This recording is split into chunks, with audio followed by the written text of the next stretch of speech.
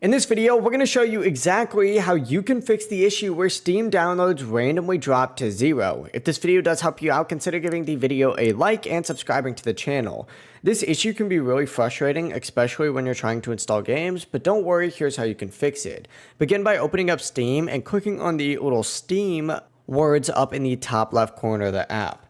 From here, go ahead and click on Settings, and on the left-hand menu, go ahead and look for Download. Open up the Download section, and then make sure your download region is set correctly. Choose the nearest one to your location. On top of that, go ahead and make sure that this Limit Download Speed option is turned off, and then scroll down until you find the option to clear your cache. Go ahead and click on this button, and then hit Confirm. After doing so, we can go ahead and close out of that, and we're going to adjust your DNS settings to make sure your network isn't interfering with Steam. Go ahead and find the search bar on your PC and type in View Network Connections and open it up. Go ahead and find your current connection and double click it to open it up, and then find Properties just like so. Look for the Internet Protocol version 4 and then hit Properties again, and from here go ahead and tick the Use the following DNS server address.